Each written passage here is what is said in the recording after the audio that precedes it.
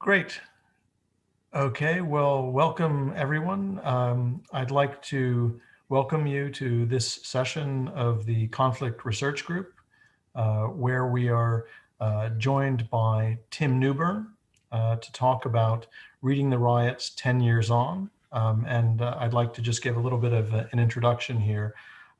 First of Professor Newburn, who is Professor of Criminology and Social Policy here at the LSE, and a world-renowned specialist on criminology and policing, and the author of an enviably, admirably, or infuriatingly long list of books and prestigious publications.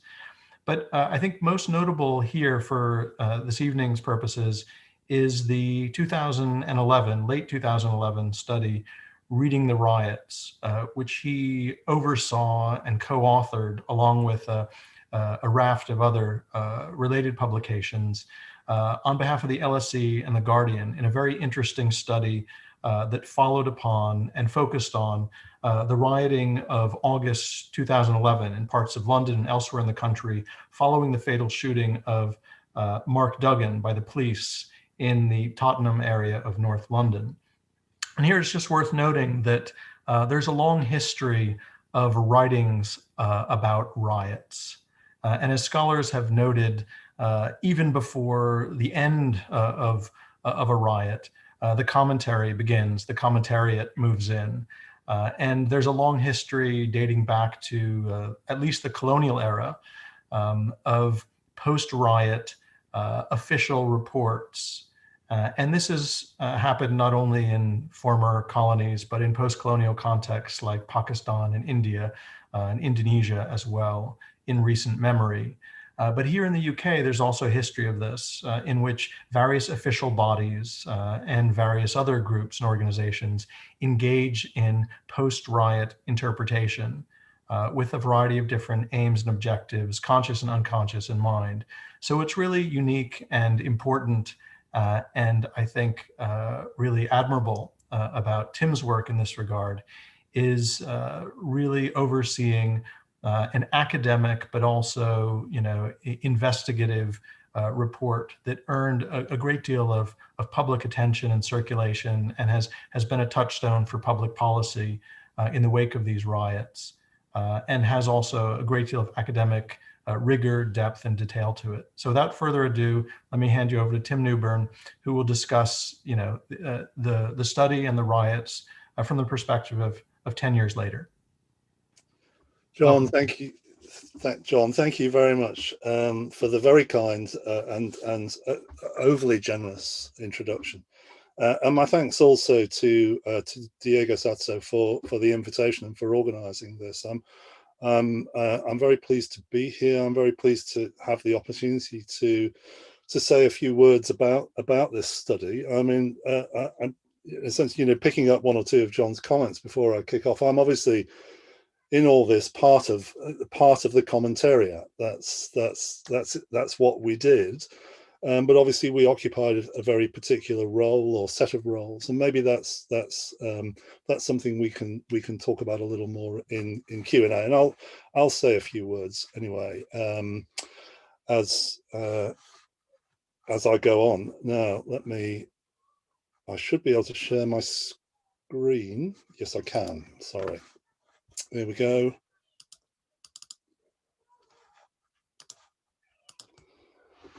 So, as John said, what I'm going to talk about is this study, which we borrowed the well-known phrase "reading the riots" we pinched it to describe the study.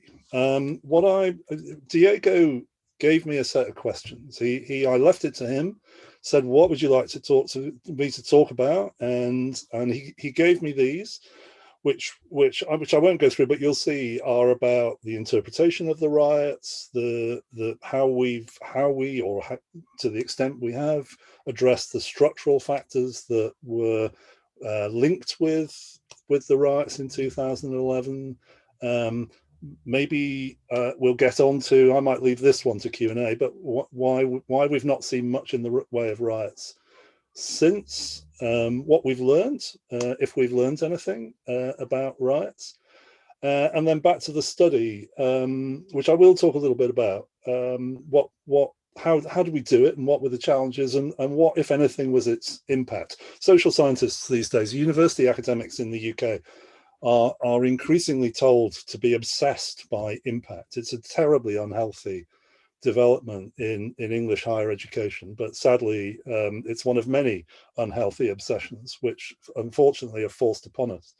As I'll come back to, I tend much more to think about impact as one of those things that, if you're fortunate, your research might have, but it's certainly nothing you should ever expect. And to the extent that you have it, it's probably at least as much to do with serendipity as anything else. But anyway, enough of me banging on about the perils of modern higher education. Let me dive in to the study. Let me just for those who don't know anything about it. As John said, the riots, and I'll come back to those in a moment. The riots occurred in 2011.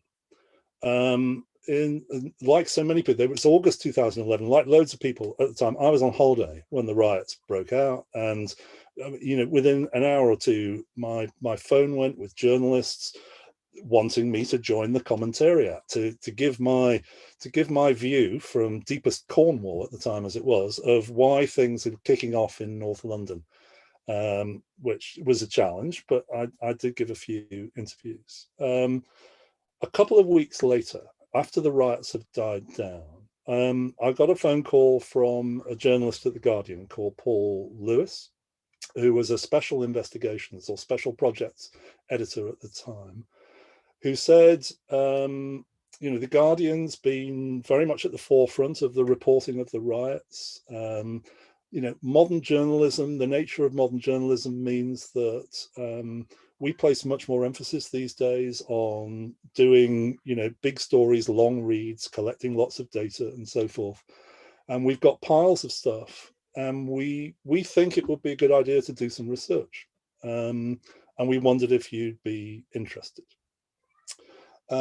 He was no doubt speaking to a whole bunch of academics at the time. It so happened I was the person who said, at least tentatively, said yes. I think the LSE, I would be interested. And this project, Reading the Riots, was born out of that conversation. And I'll come back to that conversation in a moment. But what spurred it from the Guardian end was one of the major urban riots, so-called ghetto riots in the United States in the 1960s, and in particular the Detroit riot, one of the very biggest uprising riots, whatever we want to call them, in the 60s. It's very well known for a load of reasons. Some of you may have seen the film Detroit, which is a fascinating movie.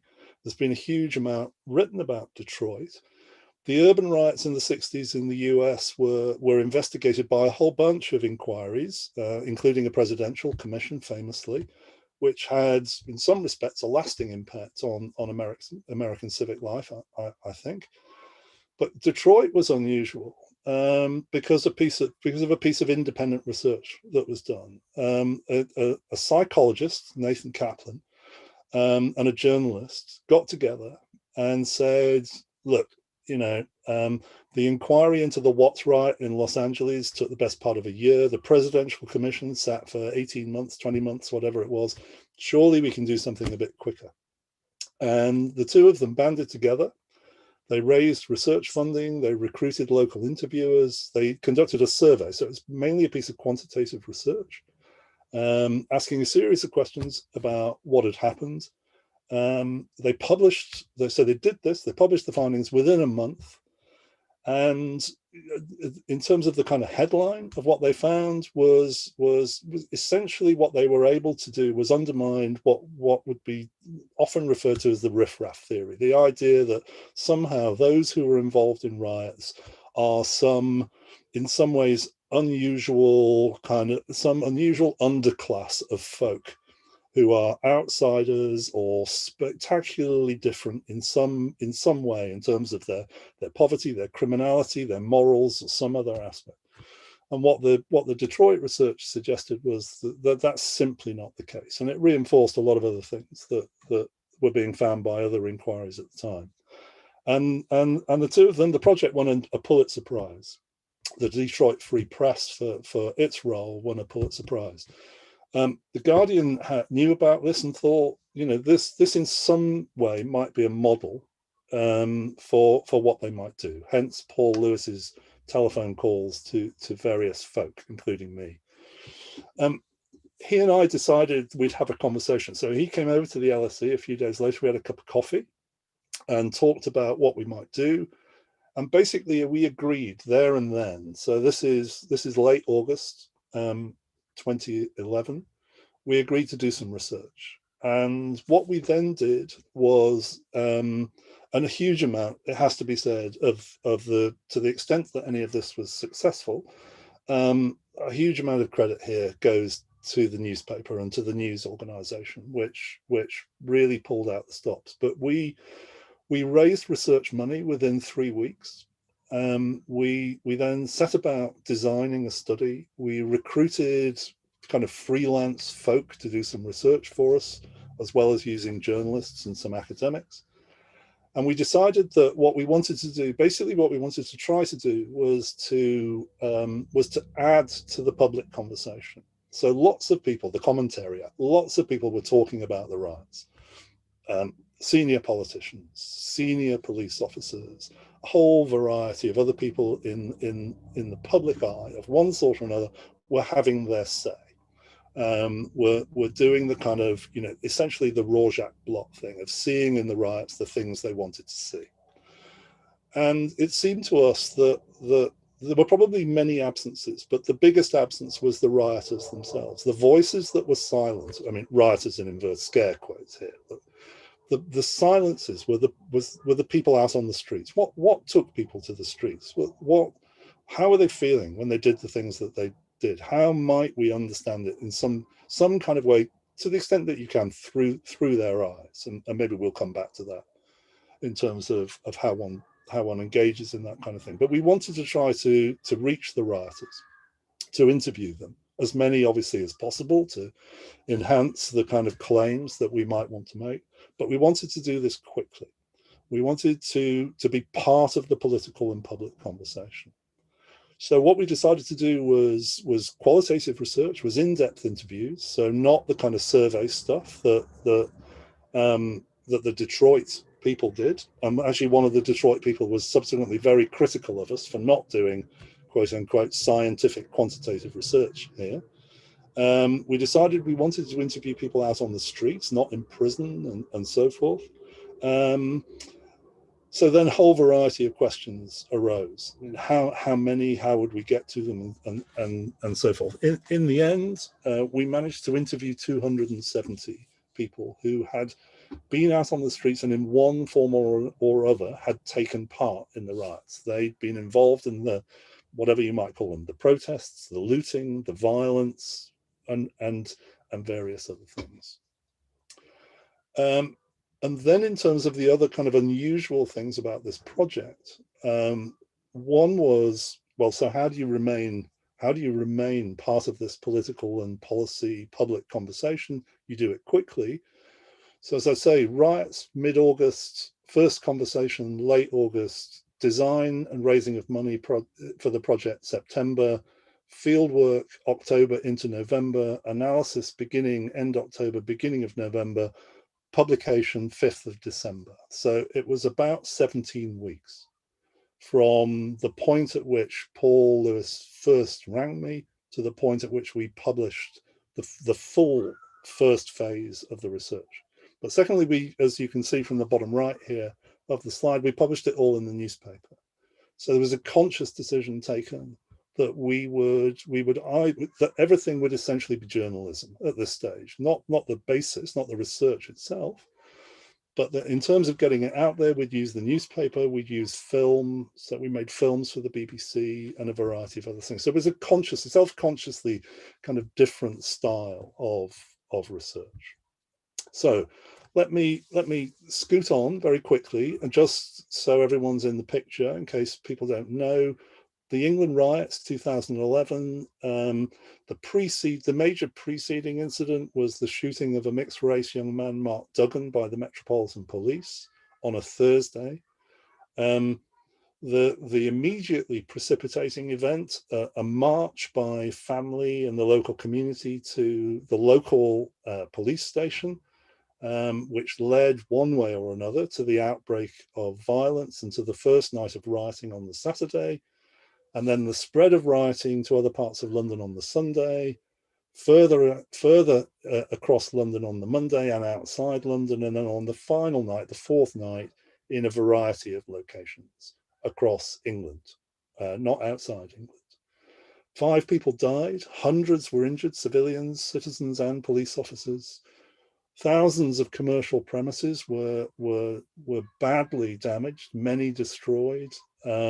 Huge displacement of people from their homes, and massive costs to the public purse. Certainly one estimate of the overall damage has it at around £500 million sterling. So huge, really significant events, and I think, without any measure, the largest, if we can call it a single episode, because actually it's a series of riots, but treating the 4 days as a whole, the biggest outbreak of rioting in England in the post-war period. So very quickly, and you'll appreciate this is going to have to be quick, I'm going to scoot through what the rioters said. Not necessarily going to make too many claims about that, but as I say, we interviewed 270 people, or the people working for us did. These were qualitative, open-ended interviews, so some kind of classic, relatively unstructured social scientific interviews, which lasted somewhere between 20-30 minutes to an hour and a quarter, hour and a half. They were fully transcribed and then analysed using kind of standard thematic analysis. If you do standard thematic analysis, what would the top level themes essentially be? They're kind of these, I would say. I mean, you know, with a confidence interval around it, there are a few other things I might talk about, but this is primarily what I think are some of the most important things that emerge from what this group in the round of rioters had to say. The first, and I think this is really important, and it goes to something that I'll come back to very briefly later, which is about the role of emotion, which is often sidelined, I think, in accounts of and analyses of social scientific analyses of protest and riot and collective violence and so forth. Is you cannot read these accounts of people involved in the disorder without coming away with an overwhelming sense of just how much fun people are having. That actually the excitement, the sense of carnival, the carnivalesque atmosphere of suddenly finding oneself in public space, in social situations in which ordinary rules appeared no longer to apply, or only apply in limited ways, was for many, gave many a real sense of freedom and fun. As I'll come to, often I think in lives in which those things were rare. That theirs were lives which were not characterized by much sense of freedom, fun, and opportunity, as I'll come to. Secondly, the commentariat, one element of the commentariat, both as it were the political commentariat, but also the academic commentariat, took the view that that looting was the predominant characteristic of the riots, that the numbers of shops that were broken into, that the amount of goods that were stolen, the sheer public presence of people seeking free stuff was the overriding characteristic of the 2011 riots. And indeed, it's true that a great number of people talked about free stuff. Christmas come early, was one of the phrases that was regularly used, and people talked about, combine, if you like, the excitement and the free stuff. People talked about the joy of being able to at some points, as it were, to avail themselves of whatever it was, televisions or trainers or various other things that they might not ordinarily be able to get their hands on. But in talking about looting, or in talking about the events themselves, they described many other things. So for some, the theft, the looting, was the simple ability to get hold of very basic, very mundane goods that they otherwise couldn't easily afford or couldn't afford in sufficient quantity. Here was simply an opportunity to gather kind of material goods that were important to them in some way, fairly basic material goods that were otherwise in some ways denied, at least relatively so. But also there were significant numbers of people who weren't involved in the looting at all. There were several outbreaks of violence in which there was relatively little looting, and certainly many who were involved in aspects of the riots who had no desire to and had no involvement in looting. And there are a variety of ways in which I think, as I say, both the political and the academic commentariat, as it were, overread and misinterpreted the riots, read far too much into, as it were, some of the imagery that they were seeing. But what else were people talking about? They were talking about gangs. The biggest gang was a phrase that was regularly used, and the biggest gang for many of those who were out on the streets were the police.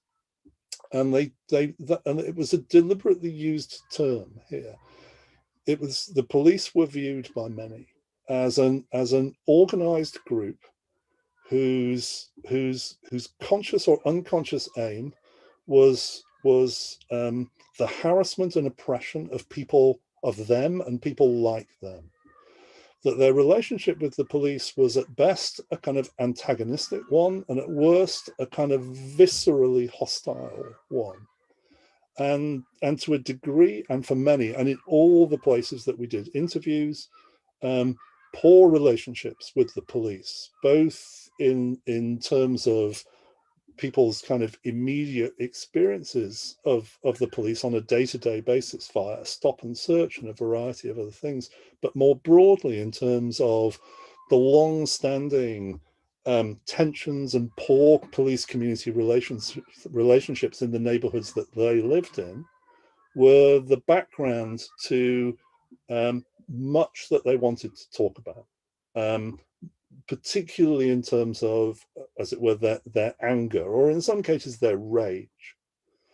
And consequently, one of the things that was fairly regularly expressed, and this is a fairly usual finding, I think, of these kinds of things, is that for a time, the combination of these things gave the participants a sense of power, a kind of vitality and an ability usually denied them, a strength in numbers, but a feeling in particular, not only that they were now able to do things they wouldn't ordinarily be able to do, but more particularly that their relationship with the police was changed, and that briefly, and they knew it was briefly, it was reversed. That now they were in charge. They had the police on the run. They were the masters of the local neighborhood. They were in control of this public space, and it was the police who were afraid, the police who were on the run, and the tables had been turned. And that sense of empowerment on the one hand, a sense of revenge on the other, was enormously important. But related to that was a broader politicization. And that was quite interesting to me, because I hadn't necessarily expected this. But many young people in particular, but many people talked about a kind of the wider, not their phrase, of course, the wider kind of political economy of Britain at the time. They talked about this 2011 riots. So this occurred just a few years after the financial crash, with all the things that went with that. This was the beginning of, at that stage, a coalition government, but coalition austerity politics. It came not long after an egregious scandal in the British Parliament with politicians of all stripes misusing the expenses system, misappropriating essentially public funds. And the feeling was, I mean, if I kind of coalesce it into a single thing, the feeling amongst many people on the streets was the rich and the powerful are not only rich and powerful, but they misbehave and they're never held to account. Whereas we're poor, we're closely controlled and surveilled, and frankly, as a consequence, there's very little that we ever get away with. We cross the line, then, you know, everything comes down upon us. So there was a real sense of inhabiting a world of moral double standards, which again, very much lay behind, I think, these many of the emotions, this sense of anger, of frustration, and so forth.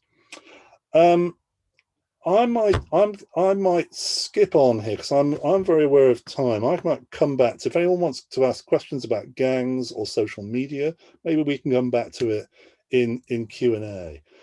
Just the best 3 days of my life. All I want to kind of conclude here is, I mean, this was a phrase taken from one particular interview, though which Diego will be familiar with, but was repeated in various forms by quite a number of interviewees, the best day of my life kind of thing. And in some ways, just cutting to the chase here, or what we heard, of course, as you would expect, I think, was in terms of people's experiences and motivations and so forth. These were varied and changeable and far from uniform.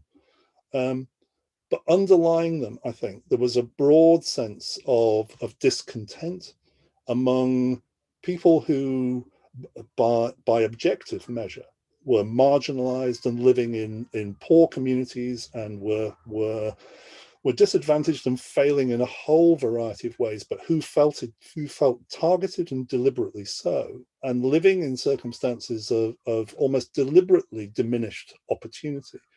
But the best days of my life thing, I think, reflected, this is my reading of it for what it's worth, reflected, I think, a very profound sense of alienation that captured in amongst some of these testimonies was a sense that this was, people had got to their late teens, early 20s, and frankly, this was the most exciting thing that had ever happened to them.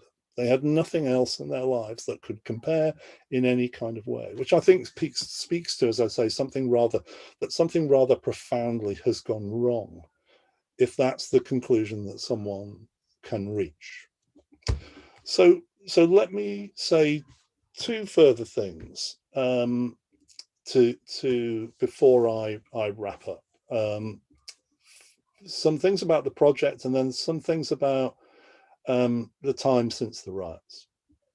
One of Diego's questions was, so what was, as I said, what was the impact of all this?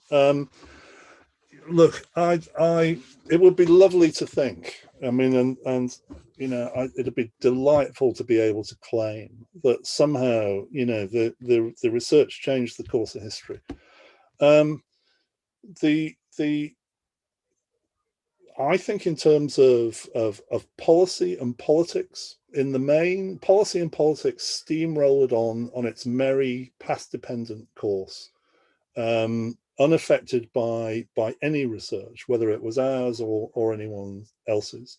The Prime Minister's immediate reaction to the riots was to dismiss it as criminality and to say that no form of public inquiry was necessary because he knew, we knew, what was wrong. And that was a kind of a problem with the culture and fabric of Britain. But what was essentially written out of the script was any necessity to respond in terms of public policy. And indeed, true to their word, as it were, they didn't.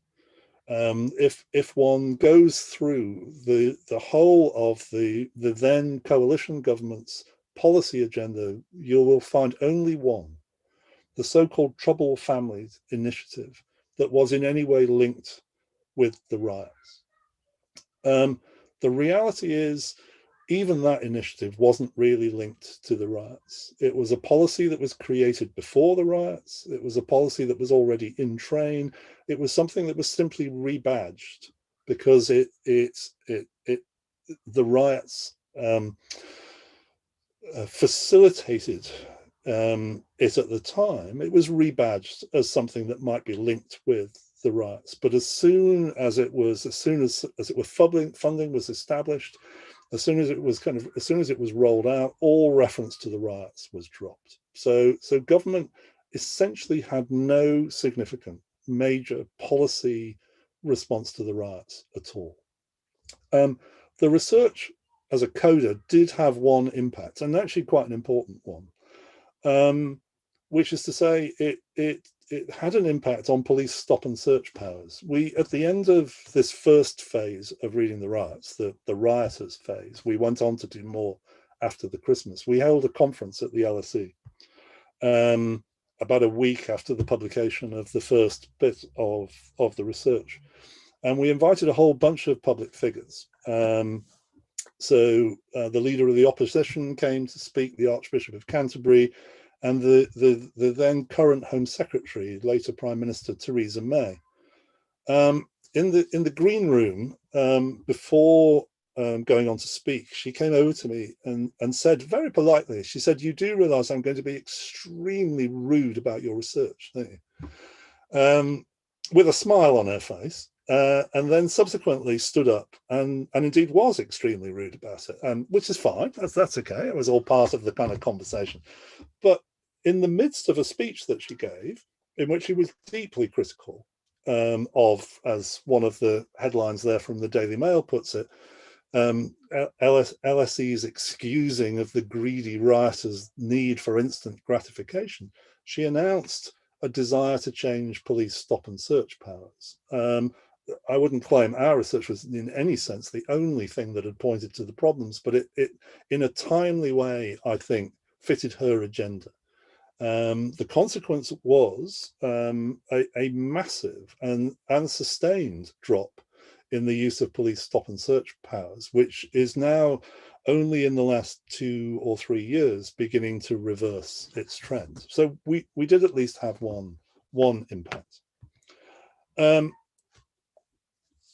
Before I go on to the aftermath, I just wanted to say a couple of things more broadly about sort of slightly more theoretical and conceptual matters without going too far with any of these things, but we can return to them if anyone wishes. It's just a kind of it's a variant on one of Diego's questions, but it's a kind of what have I learned in the last 10 years, partly stimulated by this research, but and then thinking about what we learned and locating it within that some of that broader history of research in this field that John was alluding to at the very outset.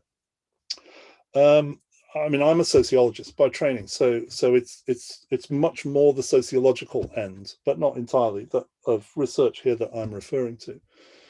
But one of the very interesting things is it's reinforced for me a sense that unfortunately, as it were, the kind of research I was involved in, which is in some respects, I mean, unusual, but in many respects quite typical of the way social science approaches these things, reinforces sociology's and social sciences' diminished concern with social order. It's a little bit like the media and violence. It's a little bit like man bites dog. The kind of the very unusualness of riot and protest draws sociologists like moths to a flame, asking the question, what causes riots? Which I'll come back to momentarily, but which is problematic, I think. What it deflects us from, among other things, is the big sociological question, which is what glues us together, what maintains order. which has become, certainly, I think, to much of social science, a much less pressing question than it once was. But perhaps will become a more pressing question again. And maybe things like the pandemic are things which at least contain the potential to reorient, I think, some social scientific concerns. But it's also, I think, kind of in being involved in this area, I was also reinforced, possibly changed, I don't know, but it reinforced some of my senses about the some of the tendencies in scholarship in this field. Not only are we, as it were, but the fixation with violence, particularly in relation to collective activity, has, I think, led more specifically to a relegation of interest in the peaceful crowd. That somehow these things are separated. It was very visible in social history that part of the reorientation in the 60s and beyond, in the 60s and 70s in particular, of the reignition of interest in the rational crowd, the reaction against, the depiction of the mob, resulted, ironically, in a kind of reinforcement of a particular gaze, and that was an association of the crowd with protest rather than the peaceful crowd. And that's an unfortunate shift, I think. And it's unfortunate because it reinforces in a smaller way the bigger point I was making earlier, which is there's arguably more to learn from the peaceful crowd than there is from the violent one, or at least there's much to be learned from the peaceful crowd about the violent one, and vice versa. That these things are not so easily and shouldn't be so easily separable, I think. But linked with that, the other reaction has been a kind of tendency towards over-reading and over-rationalization. And so when I was talking earlier on about, carnival and free stuff and all those kinds of things, the themes emerging out of what the rioters had to say to us, I hope I was reasonably cautious, at least in some of the language that I was using. I wanted to avoid talking about the causes of the riots, or these being the things that people said that explain why they did what they did. It's very easy, I think, to see these things always as extraordinarily meaningful events, which is not to say that they can ever be evacuated of meaning, just that it's too easy some of the time to imagine that all action on these occasions is part and parcel of some form of grand protest, when in fact it's never that simple, even when at the core of it there's a more obvious political motive or set of political motives than there was in the England riots. And as I was alluding to before, then I think the other problematic consequence or unintended consequence of these kinds of shifts is that emotion, something which a lot of social science is anyway very uncomfortable with, ceases to be part of the scholarly gaze, that we're so invested now in thinking about rationality in a particular way that the emotional content of the behavior in these circumstances isn't focused on sufficiently. And as I started with Carnival deliberately because actually all the things that one sees, all the statements that one reads, the conversations with the writers bring to the fore the fact that, of course, emotion is always a part of the actions that one sees bound up in these kinds of events. So finally, on this slide, as I was saying just earlier, I think the fixation with causes of riots is extremely limiting, partly because actually causes is a deeply problematic word, I think, in understanding these things. These are mysterious things, causes. I'm much more comfortable talking about conditions, circumstances, contexts, things that might conduce towards or against, a kind of language which is much more careful about thinking about the relationship, for example, between the material, the structural context in which things happen, the ideological circumstances, and so forth, and the actions on the ground. For all the reasons I've described above, I think about over-reading these things.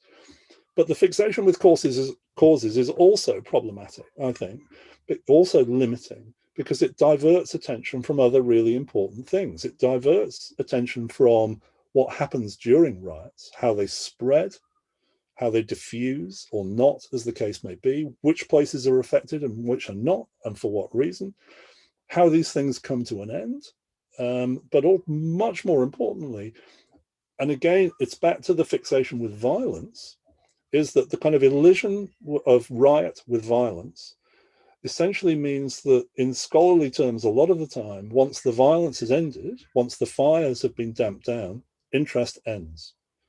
But for people who were arrested and imprisoned, or for the communities that are affected, the riots, as it were, the consequences can go on for years, for generations even. And I think as social phenomena, therefore, it's vitally important to build back into one's model of these things the central importance of thinking about the consequentiality of riots. So let me finish with a couple of very quick slides. What's happened since? Now, I am very interested in the consequences of riots, as I've been saying. But actually, and I would love to see the research done and or be involved in it, but we know relatively little about the long-term consequences of the 2011 England riots for either the individuals involved, and hundreds were imprisoned, for example, or to the neighborhoods and communities in which the riots occurred. But what we do know, for example, thinking about the aftermath, is that at the very best that you can say for those communities and for the people involved, the kinds of people that were involved out on the streets, is that things have got no better. I think you might reasonably say, and this shouldn't come as a great shock for anyone who's been looking at English public policy over the last 10 years, is things have got a hell of a lot worse. So just two illustrations here. The one on the left, which is taken from London councils, and the relevant lines in that graph are the red and the blue ones. The blue one is over the period essentially since the riots, is core funding received by London boroughs, and the red ones is their overall spending power. Depending on what you measure, local authorities in London, in this case, have had their budgets cut by somewhere between 30 and 60%. So if one thinks of them as one of the most obvious sources of material and other support for the poorest in the communities affected by the riots, their ability to do so has been dramatically cut. They do think more particularly about who was involved in the riots, predominantly young people, marginalized young people who are very likely to be, if they were at school age, failing at school, have special educational needs, or if they were slightly older, to be out of work, or indeed not involved in education, training, or employment. What do we see? The year-by-year changes in spending specifically on services relating to young people, to youth services, and the numbers of people involved in youth services have been in almost constant decline in the last 10 years. And those services essentially represent the front line for working with some of the most troubled young people in our poorest communities. What does the future hold then? At the moment, it's not looking great. I've just taken a few headlines. I don't know whether people have seen this report, but there's a fascinating report published, I think, last week by the British Academy, which brought together a lot of scholars from a range of disciplines under the heading The COVID Decade, as it says here, to understand the long-term societal impacts of COVID-19. Their summary, and you can read it. I won't go through it all. But what it says in terms of the lead up pre-COVID, so some of the things I was just talking about on the previous slide, should be really quite worrying. That in the years leading up to the pandemic, there's been a slow decline in people's sense of local belonging. A sense of community was moving from material to virtual space. That austerity was having a dramatic impact on local services and local resilience and greater social inequality, and on we go. Now, the next bit is, of course, speculative. It's the scholars asking those questions about what the future might hold based on what we think we know from the best empirical evidence. And some of those things, as I say, I'll just pick out 2 or 3. Some of those things ought to be, I think, deeply, deeply worrying. Local and unstable levels of trust likely to be deeply affected by the pandemic, widening geographic inequalities, exacerbated structural inequalities, all set against the background of much increased pressure on revenue and rising unemployment and changing labour markets. In some respects, a kind of admixture that one would have seen in some ways in those communities in the broader firmament prior to the 2011 riots.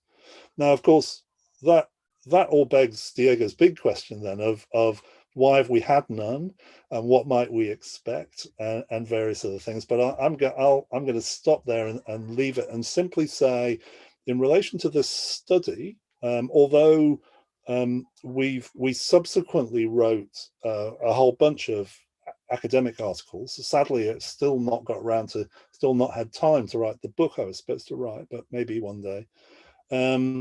But in addition to the kind of academic stuff, all the journalism, so all the pieces, then there were dozens and dozens and dozens that were published in the newspaper, plus the films that we made and various other things that were linked with the project, can all be found on the Guardian's Reading the Riots website, and the link is there. So with that, I'll perhaps finish. Many thanks, Tim, for that really eloquent recounting of the experience and the output in the aftermath of the riots and the report. We have quite a few questions in the chat. I have a few questions myself, but I won't abuse chair's privilege.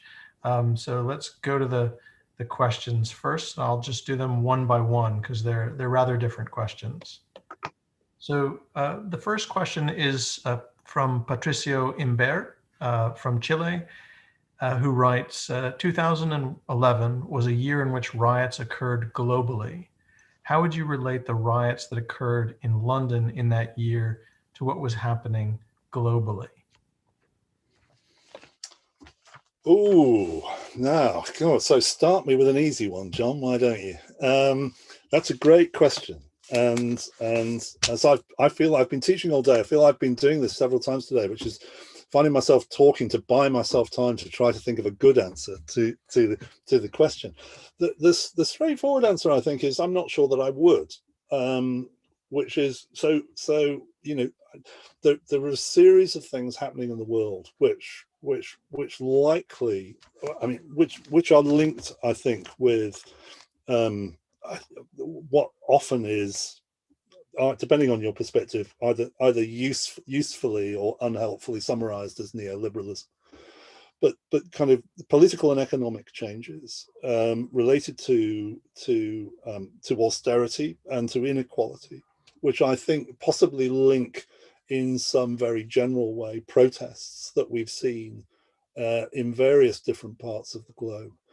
But the difficulty, I think, is of pinning these things together, and others may want to come back on this, and John may come back on it, well, there were two kind of difficulties. I think that in specific, the circumstances in specific localities are sufficiently different and idiosyncratic to make all but the most general links really, therefore, a bit tenuous.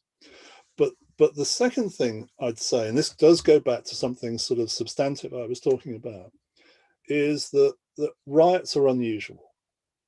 So it's much better asking, what links protests together, because most protests don't turn violent. And so trying to link the few that do together, I think, is probably to go down the wrong path, because the riots are, I think, usually preceded by, I mean, not necessarily something terribly unusual, because they often have a fairly standard pattern. But there's generally something that separates the peaceful from the violent protest. So as I say, anyway, I'm waffling. Linking, I think, linking violent protests together and imagining that there's some common underpinning, I think, is a step too far. Great. A perhaps somewhat less difficult question from Daniel Figueroa at the University of Sussex, who writes, between 2010 and 2013, the coalition government said that it had reduced public spending by 14.3 billion compared with 2009 to 2010. Is there a relationship between this austerity program and the riots? I think that's the gist of his question. So it's unfortunate we can't have a conversation, because I'm not altogether sure that I follow the implication of it. I mean, if the implication is, was this somehow a reaction to the riots, then I don't take it that way. Okay, well, let me just read verbatim the last of his question. There is any relation of this reactions with the austerity program? Well, the austerity program preceded the riots. Mm-hmm. So its history and antecedents lie, at least a year, a year earlier. George Osborne had announced cuts on the coalition government coming to power in 2010. They were reinforced later.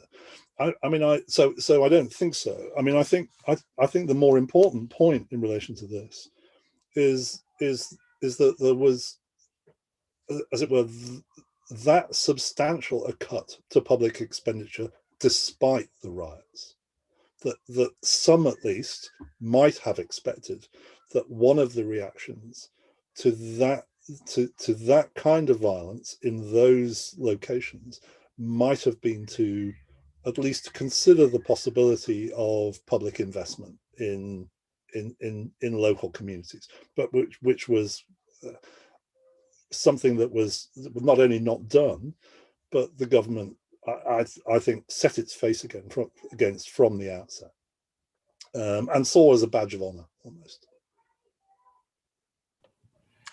A third question from Sabri Edge, or Sabri Edge, Sabri Edge, I don't want to butcher the last name, sorry, from Media and Communications at the LSE. To what extent are Kill the Bill protests related to the 2011 riots? What has changed, or what continuity do we see in terms of contentious repertoires of contentious politics? Great question. So Kill the Bill. Right. So I mean, the links, such as they are, I suspect are not that direct. Bristol was not one of those cities in which there were extensive riots in 2011, for example, but Bristol seems to have been thus far a kind of epicenter for some of the Kill the Bill protests. That said, the riots, I think, have resonances long, as I was kind of implying, long after they've ceased. And I've been wondering, I mean, I have been regularly asked by journalists, when the next riots might happen, as if I might know. But and I was saying to some students earlier on today. So last year during the pandemic, when the Black Lives Matter protests were on the streets, and when there was, when there was um, quite significant potential for conflict, I was asked reasonably regularly whether I thought, that riots were around the corner. And having done all my usual kind of caveats of, well, I don't know what the future is and how, etc., etc., my trying to be helpful to journalists, my answer then was, no, I don't think so. I don't see anything at the moment that leads me to think that the tensions being expressed on the streets are things that will lead to riot. That feels completely different now, and the mood seems to have shifted. So I mean, the repertoire of contention. I mean, at the moment, what we're seeing on the streets of Bristol seems fairly, and elsewhere seems fairly traditional. If any, and indeed, so insofar as in the major event there was a real breakdown of order and something which wasn't by most people described as a riot, but might have been the other night. It seems to have taken the kind of standard form and involved a kind of set of interactions between an initially peaceful crowd and the police, which is exactly the sort of iterative process that one sees leading up to the outbreak of violence. But in all this, the Clapham Common Vigil has played a really important role, I think. So the policing bill, for short, is a very contentious thing. It was always likely, I think, to lead to protest. But interestingly, the politics of policing, which are there in the background and which are very complex at the moment, have been given a further twist and thrown into sharp relief by let's call it the handling, if you like, or mishandling of the Clapham Common Vigil 10 days or so ago. And the consequence of that, then set against the policing bill, has, I think, set in train something which now looks very dangerous indeed. So in terms of, and maybe I feel this more because it's a hot day and riots, these things tend to happen on hot days. But I think my sense would be the government should be treading very carefully here. I think the opportunity, the likelihood of something really serious happening now are over the next few months is much increased by the kind of confluence of events that have come together, and the kind of serial mishandling by the police, albeit that they've been absolved of mishandling it today by the official inspectorate, I see, but the serial mishandling of a variety of events, together with the political pressure that they're now under, I think has created a very kind of toxic atmosphere. Wow. I think I'll stay indoors. And just when you thought it was safe, Tim, we have a tough philosophy of science question for you. I know. You And should. why not? Yeah, why not? You're almost punch drunk with it. No, good.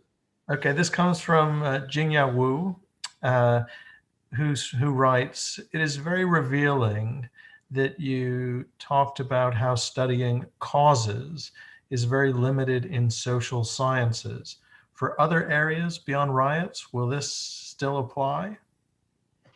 Oh, well, look, I mean, so just to reiterate, just to be clear what I was saying, and then to come in to the question to talk about the causes of riots is to try to identify, as I understand it at least, a factor or factors which link more or less directly to the outbreak of violence.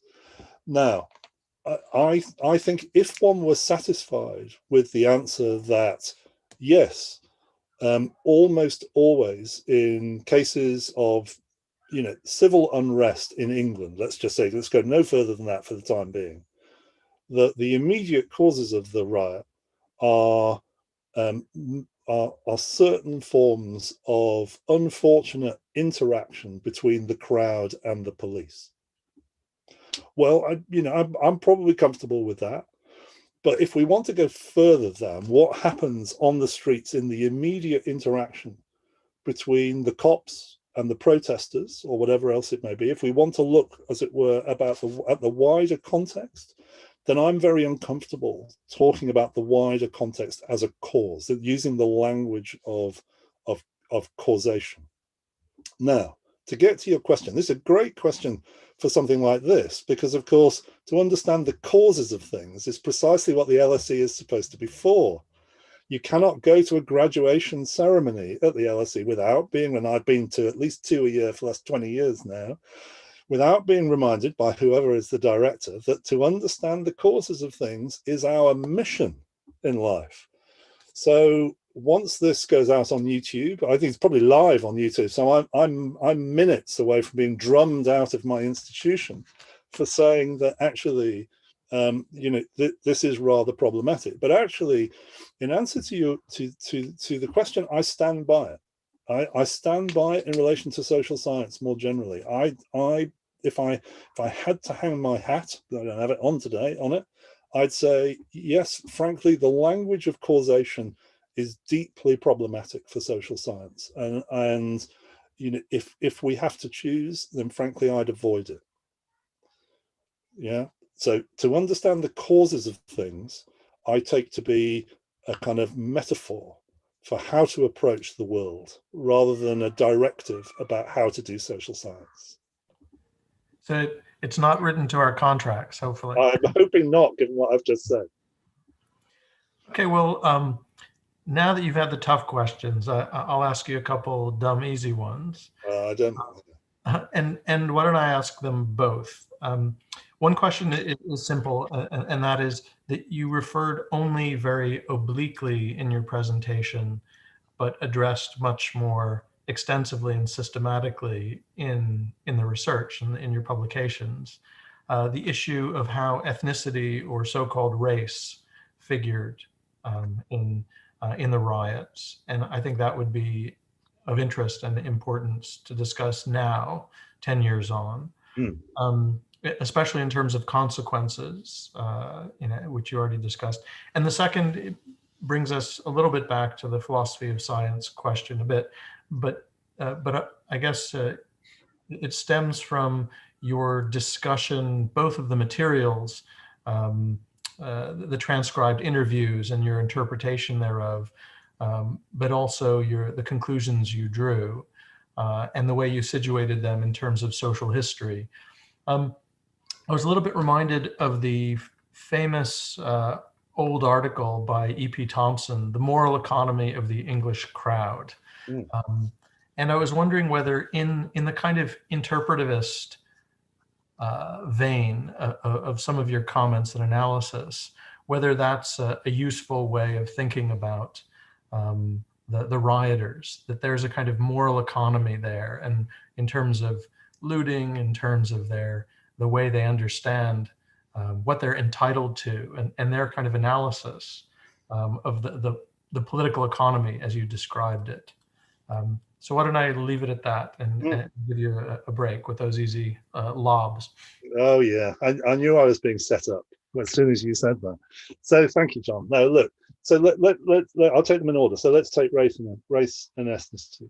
One of the things I think that's interesting about the England riots, and here I think, rather than treat them as it were, as I've been sort of slightly talking about, as it were, as a single event, as some global thing, we probably, well, I'll start that way, and then I'll need, I think, to go on to talking about them as individual events. What happened in Hackney as against Ealing or Birmingham or elsewhere. In broad terms, one of the things that's quite interesting, I think, about the 2011 riots as a whole is that the ethnic composition of those on the streets, certainly as measured by who was arrested, for example, is very mixed indeed. Almost kind of equal numbers of people identifying as crude categories as white or black, with much smaller numbers of people identifying as Asian. So these were not in any sort of, as it were, simple or crude way race riots.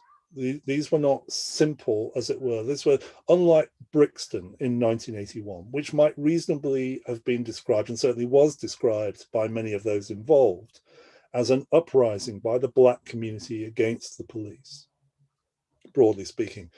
That's a much less, that's simply something that can't be applied in such simple ways to the 2011 riots.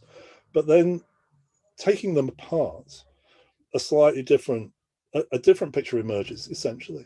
So what emerges in all of this is that, broadly speaking, I think at the most general level, the kind of ethnic profile of the rioters, of people out on the streets protesting in one form or another, broadly reflected the communities from which they were drawn. So now, in some cases, actually, the vast majority of people, or a significant proportion of the people who were there, were Black British, because indeed, you know, there were riots in Peckham, in Brixton, though that's a much more mixed community these days in a variety of ways. But there were also riots in places, you know, in places like Salford, which were predominantly white. And again, uprisings against the police. So the picture's not straightforward. It's very mixed, I think, and it says something quite complicated about the nature of the riots, which were not, as it were, I mean, in general terms, not race riots, but were still deeply racialized in a variety of ways, I would say. But then the second thing I would say about that links with your second question, which is that in some respects, what's inscribed through these riots is social class. What pins together so many of the people who were protesting, let's call it, was their social position. That by and large, these were people living in our poorest urban communities, which we know, and who, by most measures, were both were socially disadvantaged on a number of measures, quite seriously so. But in terms of, so to Edward Thompson and the moral economy, if we're allowed to, I mean, and Diego will be very familiar with this because we talk about this a lot in class. So long as we're able to use, as people increasingly do, I feel these days, Bernard Harcourt and various others, as long as we're able to use Edward Thompson's idea somewhat metaphorically, that is to say, I think in particular, you know, not be linking this too much to notions of economy narrowly understood, then I think there is an underlying moral economy here. Or as it were, there's a moral view of the world which united a great number of people out on the streets. And the moral view of the world was the one I was alluding to earlier, which was a sense of a world that was unjust and unequal, and in which power was used simultaneously to for purposes of, for want of a better word, oppression, but also protection, to protect those who already had. And that sense of a morally divided world, both in terms of, as it were, the wealthy protecting themselves, but also those with power, such as the police, protecting themselves, seemed, as it were, a kind of a broadly unifying idea. So as a reaction against what was felt to be, by contrast, you know, a world that was more reasonably and justly run, I think there's something there. But it's applying a degree of violence, I think, to Edward Thompson's terminology.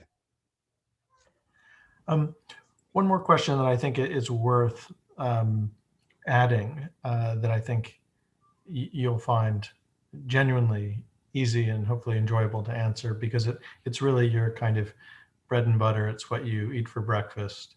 Um, and that is the question of gangs, Mm. right? I mean, because uh, if memory serves, this was not something that you just mentioned here, but that was quite a big point of interest in the research, and that subsequently has been part of an ongoing, as yet unresolved controversy, or as you say in this country, controversy, about whether the term gangs is abused by police and other commentators, and it involves misunderstandings and misrepresentations, intentional or otherwise. So yeah, no. So gangs was a big deal in the sense of it was something that politicians obsessed about, and the Home Secretary Theresa May in particular, and the Prime Minister were absolutely convinced. I mean, genuinely were convinced that because of what they'd seen, and because of what they thought they knew, it must be the case that gangs were a serious feature of the riots. That they were a vehicle that had enabled quite a lot of what had gone on to go on. They went so far, so convinced were they that this was the case, I